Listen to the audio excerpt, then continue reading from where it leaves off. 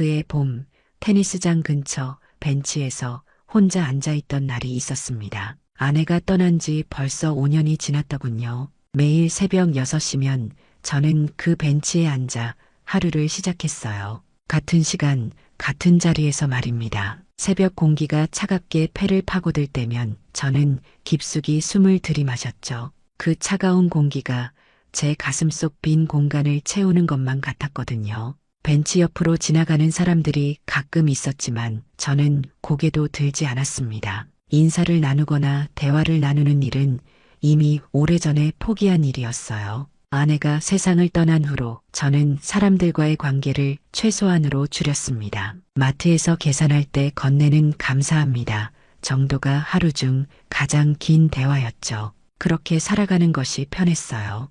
아무도 제게 무언가를 기대하지 않았고 저 역시 누구에게도 기대하지 않았거든요. 그 벤치에서 보이는 테니스장에서는 아침 일찍부터 사람들이 공을 치고 있었습니다. 탁, 탁 하는 소리가 규칙적으로 들려왔죠. 저는 그 소리를 들으며 시간을 보냈어요. 특별히 무언가를 생각하지도 않았고 특별히 무언가를 계획하지도 않았습니다. 그저 시간이 흘러가기를 기다렸을 뿐이죠. 규칙적인 삶에 안도하며 살아가고 있었어요. 새벽 6시에 일어나서 간단한 아침을 먹고 이 벤치에 앉아 1시간 정도 보내다가 집으로 돌아가는 일상이었습니다. 점심은 늘 같은 메뉴, 저녁도 늘 같은 시간에 먹었죠. 텔레비전 뉴스를 보고 9시면 잠자리에 들었어요. 그런 일상이 지루하다고 생각해 본 적은 없었습니다. 오히려 예측 가능한 하루하루가 마음을 편하게 해주었거든요. 갑작스러운 변화도 예상치 못한 만남도 없는 삶이었지만 그것이 바로 제가 원하던 평온함이었어요. 벤치에 앉아 있으면 가끔 아내 생각이 났습니다. 하지만 슬프다거나 그립다는 감정보다는 그저 희미한 기억 속 한 장면처럼 떠올랐죠. 아내와 함께 걸었던 이 길, 함께 앉았던 이 벤치, 모든 것이 예전 그대로였지만 저 혼자만 남아있다는 사실을 새삼 실감했습니다. 그날도 평소와 다를 것 없는 아침이었어요. 새벽 공기 속에서 조용히 하루를 맞이하며 또 하루를 무사히 보내겠다는 마음으로 벤치에 앉아 있었습니다. 그런데 그때는 몰랐죠. 그 평온한 일상이 곧 흔들리게 될 줄은 말입니다. 그녀는 갑자기 제 앞에 나타났어요. 공이 굴러와 멈춘 것처럼 말입니다. 그날 아침도 평소와 같이 벤치에 앉아 있었는데 갑자기 노란 테니스 공 하나가 제 발치로 굴러왔어요. 저는 그 공을 내려다보며 잠시 멍하니 있었습니다. 여기 공 좀 주실래요? 목소리가 들려서 고개를 들어보니 한 여자분이 저를 향해 걸어오고 있었어요. 40대 후반쯤 되어 보이는 분이었는데 테니스복을 입고 라켓을 들고 있었습니다. 머리를 단정하게 뒤로 묶었고 얼굴에는 화사한 웃음이 번지고 있었죠. 저는 공을 주우려고 몸을 굽혔습니다. 오랫동안 누군가와 이야기를 나누지 않았던 터라 어떻게 반응해야 할지 잠시 당황스러웠어요. 공을 집어들고 그녀에게 건네주면서 작은 목소리로 말했습니다. 여기 있습니다. 감사해요.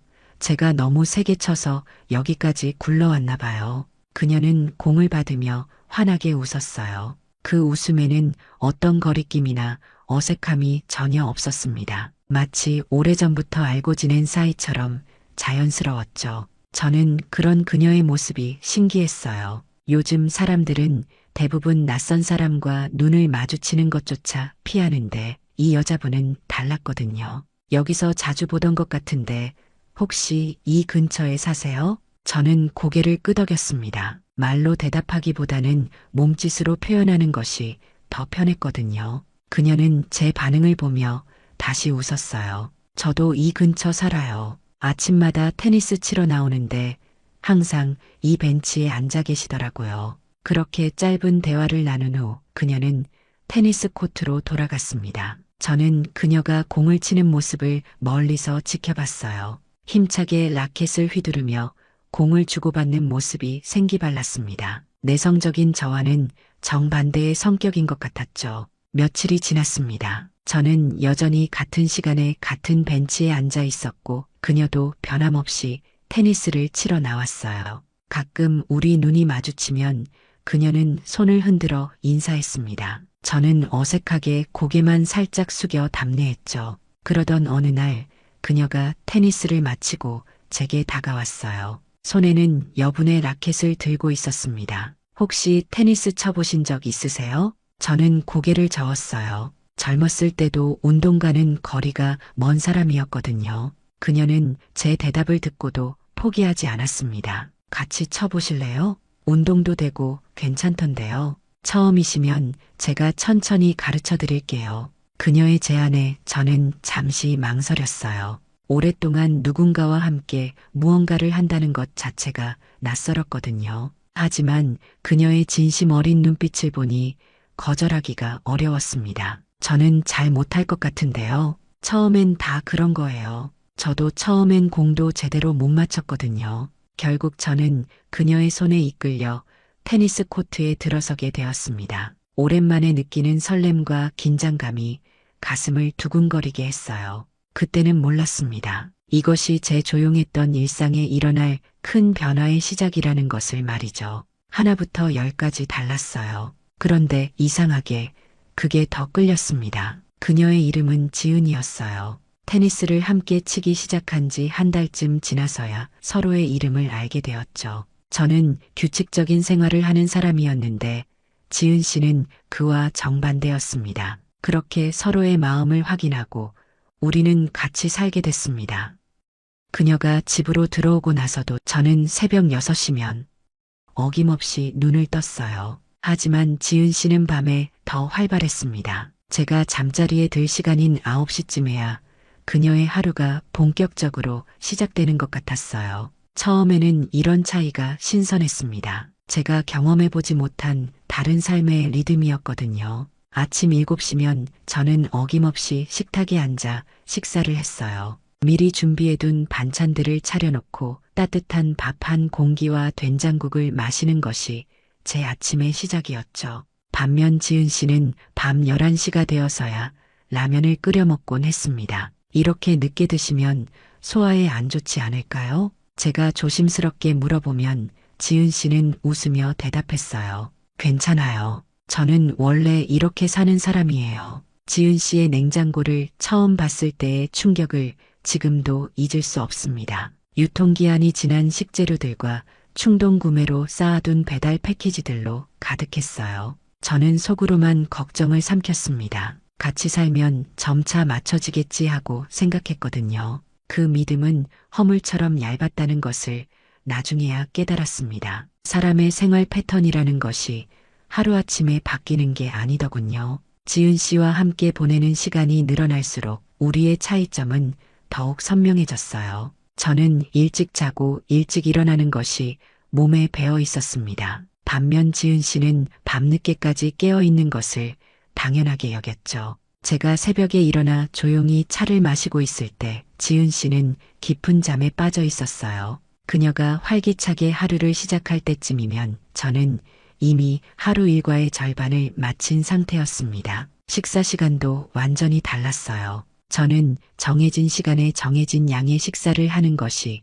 습관이었는데 지은 씨는 배가 고플 때 즉석에서 뭔가를 해먹는 스타일이었습니다. 때로는 하루 종일 제대로 된 식사를 하지 않다가 밤늦게 갑자기 배달 음식을 시켜 먹기도 했어요. 몸에 좋지 않은 음식을 너무 자주 드시는 것 같아요. 제가 걱정스러운 마음으로 말하면 지은 씨는 대수롭지 않게 여겼습니다. 이렇게 살아도 멀쩡한데 뭘 그렇게 걱정해요? 처음에는 이런 차이가 매력적으로 느껴졌어요. 제가 모르는 자유로운 삶의 방식이라고 생각했거든요. 하지만 시간이 지날수록 그 차이가 부담스러워지기 시작했습니다. 서로의 생활 리듬을 맞추려고 노력했지만 쉽지 않았어요. 그래도 저는 참았습니다. 사랑한다면 이 정도는 감수해야 한다고 생각했거든요. 지은 씨도 나름대로 저에게 맞추려고 노력하는 것 같았어요. 하지만 그것이 얼마나 어려운 일인지 그때는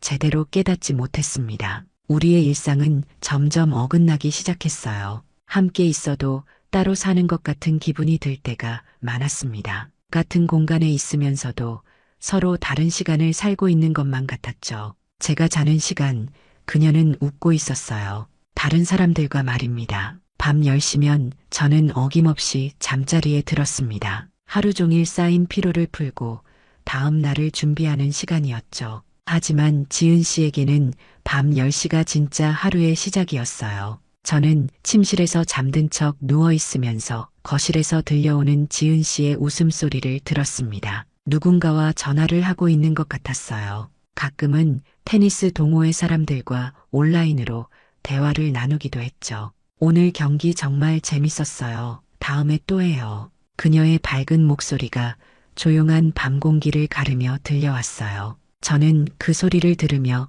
복잡한 기분이 들었습니다. 지은 씨가 활기차게 보내는 밤 시간 동안 저는 침묵 속에서 혼자 누워 있어야 했거든요. 새벽 1시쯤 되면 지은 씨는 테니스장 뒤풀이에 참석하곤 했어요. 동호회 사람들과 함께 근처 카페나 술집에서 시간을 보내는 것이었죠. 처음에는 저도 함께 가자고 권유했지만 저는 그런 자리가 어색했습니다. 같이 가실래요? 재밌는 사람들이에요. 저는 일찍 자야 해서요. 지은 씨만 다녀오세요. 그렇게 대답하고 나면 지은 씨는 아쉬워했지만 결국 혼자 나가곤 했어요. 저는 그녀를 보내고 나서 혼자 남은 집에서 시간을 보냈습니다. 텔레비전을 보거나 책을 읽으면서 그녀가 돌아오기를 기다렸죠. 어느 날 지은 씨의 핸드폰을 통해 올라온 사진을 보게 되었어요. 테니스장 뒤풀이에서 찍은 단체 사진이었는데 지은 씨가 젊은 남자들과 함께 환하게 웃고 있었습니다.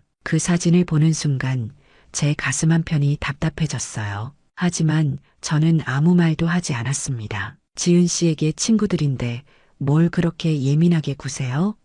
라는 말을 들었던 적이 있었거든요. 그래서 저는 혼자 속으로만 불편한 마음을 삼켰어요. 카드 명세서를 정리하면서 더욱 복잡한 기분이 들었습니다. 밤마다 바뀌는 가게 이름들이 적혀 있었어요. 카페, 술집, 노래방까지 다양한 곳에서 결제한 내역들이었죠. 지은 씨의 활발한 사회생활을 보여주는 증거들이었습니다. 어디 다녀오셨어요? 제가 조심스럽게 물어보면 지은 씨는 대수롭지 않게 대답했어요. 테니스 동호회 사람들이랑 차 마시고 왔어요. 저는 더 이상 묻지 않았습니다. 믿기로 했으니까요. 하지만 마음 한편으로는 계속 신경이 쓰였어요. 지은 씨가 저와 함께 있을 때보다 다른 사람들과 있을 때 더 행복해 보인다는 생각이 들었거든요. 밤늦게 돌아온 지은 씨는 항상 기분이 좋아 보였어요. 눈이 반짝거리고 목소리도 탄력이 있었습니다. 반면 저와 함께 조용히 보내는 시간에는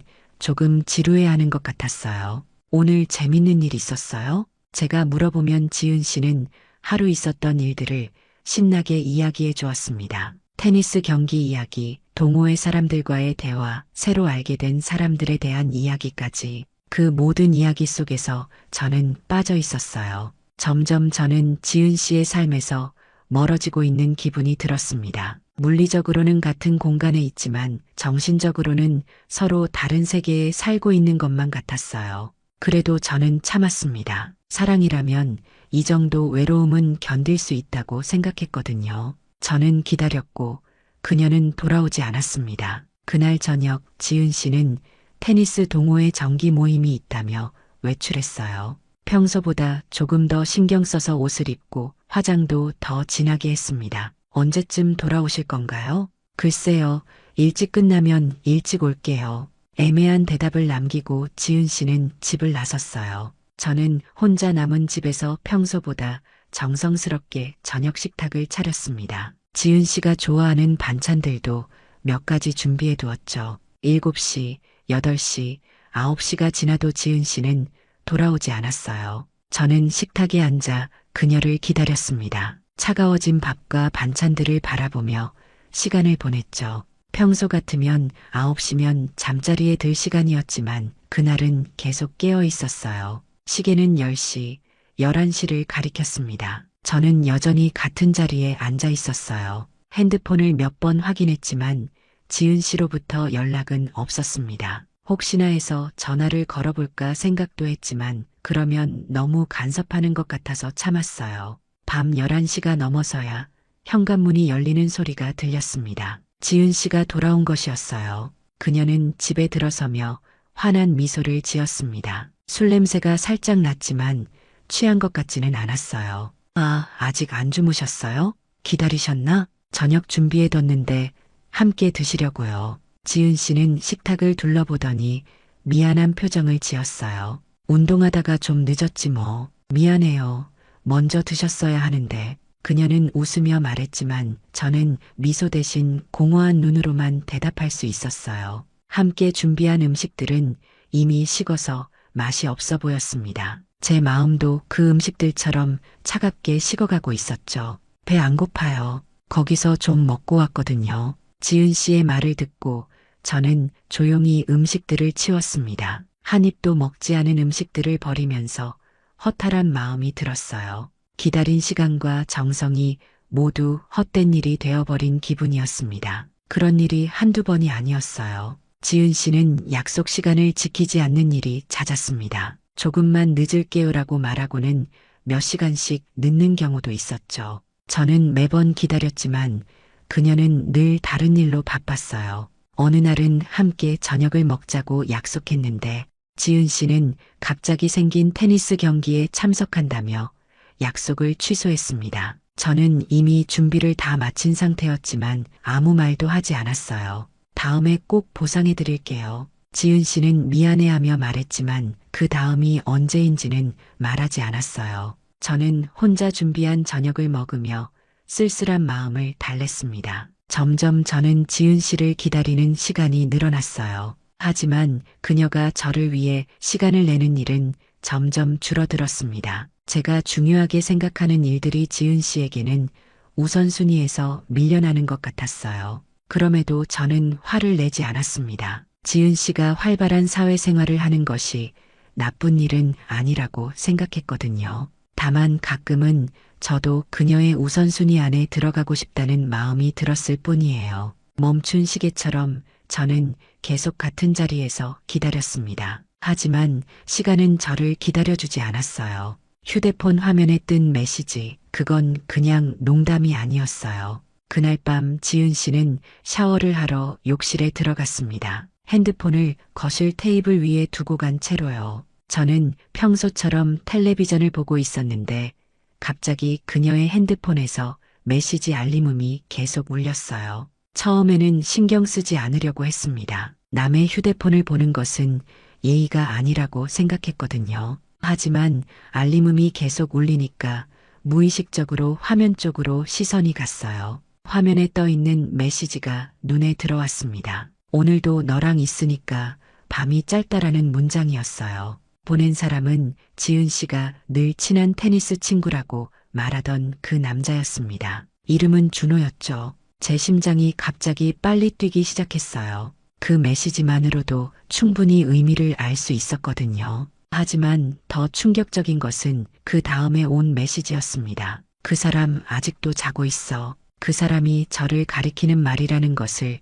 직감적으로 알 수 있었어요. 지은 씨가 저에 대해 다른 사람에게 그런 식으로 이야기하고 있었다는 사실이 믿어지지 않았습니다. 욕실에서 물소리가 들렸어요. 지은 씨는 아직 샤워 중이었습니다. 저는 그 메시지들을 다시 한번 읽어봤어요. 혹시 제가 잘못 이해한 것은 아닐까 하는 마음으로 말이죠. 하지만 아무리 봐도 그 의미는 명확했습니다. 지은 씨와 그 사람에는 저가 모르는 특별한 관계가 있었어요. 그리고 저는 그들 사이에서 방해물 정도로 여겨지고 있었던 것 같았습니다. 더 많은 메시지를 보고 싶은 마음과 보지 말아야 한다는 마음이 동시에 들었어요. 결국 저는 핸드폰에서 눈을 떼고 원래 자리로 돌아갔습니다. 하지만 마음은 이미 뒤죽박죽이 되어 있었죠. 지은 씨가 샤워를 마치고 나왔을 때 저는 평소와 같은 표정으로 텔레비전을 보고 있었어요.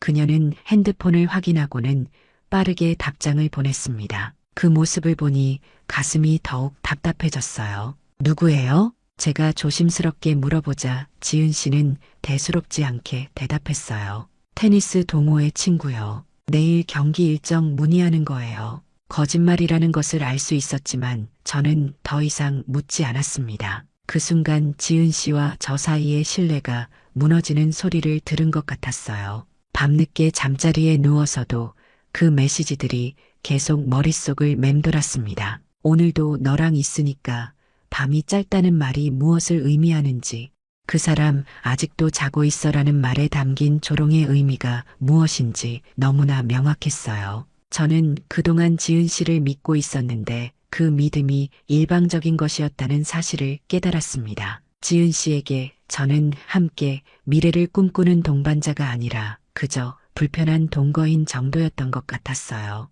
새벽까지 잠들지 못하고 천장을 바라보며 생각했습니다. 이 관계를 계속 유지해야 하는지 아니면 정리해야 하는지 말이죠. 하지만 아직 확실한 증거는 없었고 혹시나 하는 마음도 있었어요. 이건 우리 둘이 사는 시간이 너무 달라서 생긴 일입니다. 그 메시지를 본 지 며칠이 지났지만 저는 지은 씨에게 직접 묻지 못하고 있었어요. 어떻게 말을 꺼내야 할지, 무엇부터 이야기해야 할지 모르겠더군요. 하지만 확신은 점점 커졌습니다. 지은 씨의 행동들을 다시 떠올려 보니 이상한 점들이 너무 많았어요. 밤늦게 들어오면서도 전혀 미안해하지 않는 표정, 핸드폰을 항상 뒤집어 놓는 습관, 그리고 저와 있을 때보다 다른 사람들과 있을 때 더 행복해하는 모습들이요. 그날 밤도 지은 씨는 늦게 들어왔습니다. 평소보다 더 늦은 새벽 2시였어요. 저는 잠든 척하며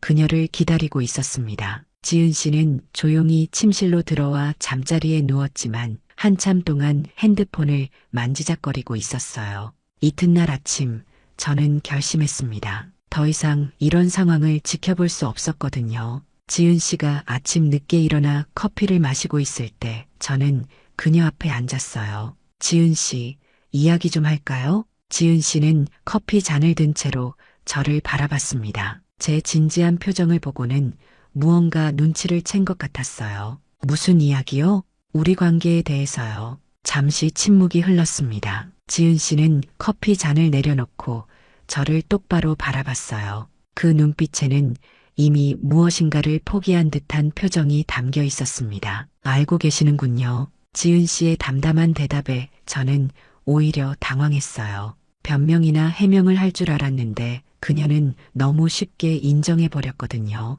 언제부터였나요? 정확히 언제부터인지는 저도 잘 모르겠어요. 그냥 자연스럽게 그렇게 되었어요. 지은 씨는 눈물을 흘리기 시작했습니다. 하지만 저는 더 이상 그 눈물에 마음이 흔들리지 않았어요. 이미 마음의 정리는 끝난 상태였거든요. 미안해요. 정말 미안해요. 미안하다고 해서 달라지는 건 없죠. 저는 조용히 말했습니다. 화가 나지 않았어요. 오히려 모든 것이 명확해져서 시원한 기분이었습니다. 당신은 밤을 살아야 하니까 나는 새벽을 지켜야 하거든. 그 말에 지은 씨는 더욱 울음을 터뜨렸습니다. 하지만 저는 그녀의 손 하나 잡지 않고 자리에서 일어났어요. 이별은 싸움보다 더 조용했습니다. 짐은 제가 정리해서 보내드릴게요. 고마워요. 그리고 정말 미안해요. 지은 씨는 계속 사과했지만 저는 더 이상 들을 필요가 없었어요.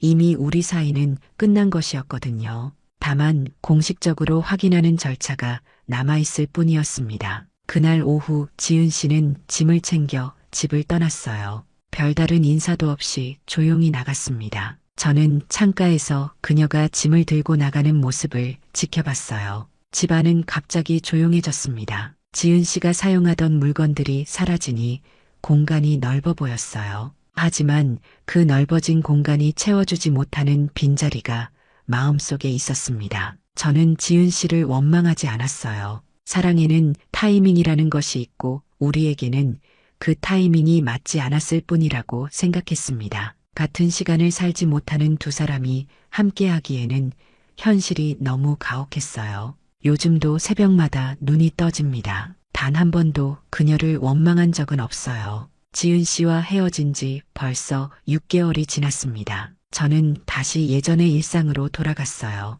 새벽 6시에 일어나서 그 벤치에 앉아 하루를 시작하는 생활 말이죠. 처음 며칠은 힘들었습니다. 지은 씨가 없는 집은 너무 조용했고 혼자 먹는 식사는 맛이 없었어요. 하지만 시간이 지나면서 점차 익숙해졌습니다. 원래 혼자 사는 것이 제 본래 모습이었다는 것을 깨달았거든요. 벤치에 앉아 테니스장을 바라보면 가끔 지은 씨 생각이 납니다. 그녀가 처음 공을 굴려보내던 그날 환하게 웃으며 인사하던 모습이 떠올라요. 그때의 설렘과 기대감을 지금도 선명하게 기억하고 있습니다. 하지만 슬프지는 않아요. 오히려 그 시간들이 제 인생에 특별한 의미를 더해준 것 같습니다. 오랫동안 잊고 있던 감정들을 다시 느낄 수 있게 해준 고마운 경험이었어요. 다만 우리는 너무 달랐던 거죠. 사랑한다고 해서 모든 것이 맞춰지는 건 아니었습니다. 저는 새벽의 고요함을 좋아하는 사람이고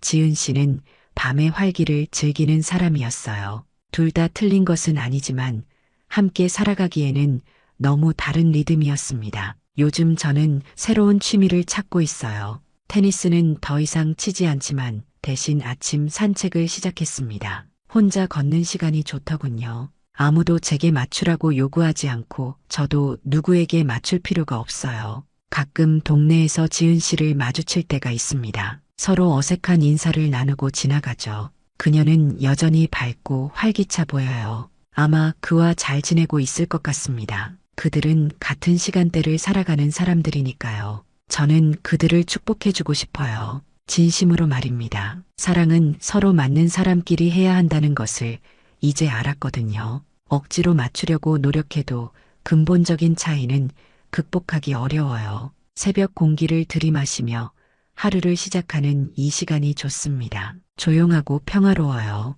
지은 씨와 함께했던 시간도 소중했지만 이렇게 혼자 보내는 시간도 나름의 의미가 있어요. 늦은 나이에 시작한 사랑이었지만 나쁘지 않았습니다. 비록 끝이 있었지만 그 끝마저도 자연스러웠어요. 억지로 붙잡으려고 하지 않은 것이 서로에게 좋았던 것 같습니다. 지은 씨와 웃던 기억은 지금의 정막보다 더 조용합니다. 하지만 그 기억들이 제 마음속에서 사라지지는 않을 거예요. 다만 이제는 그리움이 아닌 추억으로 남아있을 뿐입니다. 저는 다시 같은 벤치로 돌아왔어요. 처음 그녀를 만났던 그 자리에서 새로운 하루들을 시작하고 있습니다. 혼자이지만 외롭지 않아요. 제게는 이 고요한 새벽이 더 어울리는 것 같거든요. 그런데 며칠 전 재미있는 일이 있었어요. 평소처럼 벤치에 앉아 있는데 한 여자분이 저에게 다가오셨습니다. 50대 중반쯤 되어 보이는 분이었는데 손에는 아침 운동을 마친 듯한 수건을 들고 계셨어요. 여기 매일 나오시는 분 맞죠? 저도 새벽마다 산책하는데 항상 보거든요. 그분은 자연스럽게 말을 걸어오셨어요. 지은 씨와는 또 다른 느낌이었습니다. 차분하고 안정적인 분위기였죠. 네, 맞습니다. 이 시간이 좋아서요. 저도 그래요. 새벽 공기가 참 좋죠. 혹시 산책 같이 하실래요? 저 혼자 걷기엔 좀 심심해서요. 저는 잠시 망설였다가 고개를 끄덕였어요. 오랜만에 누군가와 함께 걷는 것도 나쁘지 않을 것 같았거든요. 그렇게 시작된 아침 산책이 벌써 일주일째 이어지고 있습니다. 그분 이름은 수진 씨예요. 저와 비슷하게 일찍 자고 일찍 일어나는 분이셨어요. 대화도 차분하고 서두르지 않는 성격이더군요. 급할 것 없잖아요. 천천히 알아가면 되는 거 아닌가요? 수진 씨의 말에 저는 마음이 편해졌어요. 이번에는 서두르지 않으려고 합니다. 같은 시간대를 살아가는 사람과 차근차근 인연을 쌓아가는 것도 좋을 것 같아요. 인생은 아직 끝나지 않았다는 생각이 듭니다. 새로운 만남이 기다리고 있을지도 모르니까요. 황혼 사랑방은 앞으로도 우리 이웃들의 따뜻한 이야기를 계속해서 전해드리려고 합니다. 서로의 마음을 나누며 위로가 되는 공간이 되었으면 좋겠습니다. 여러분의 관심과 사랑이 더 많은 분들의 이야기를 나눌 수 있는 힘이 된답니다. 좋아요와 구독, 그리고 여러분의 소중한 이야기를 댓글로 남겨주세요. 내일도 따뜻한 사연으로 찾아뵙겠습니다. 함께 해주셔서 감사합니다. 오늘도 행복한 하루 보내세요.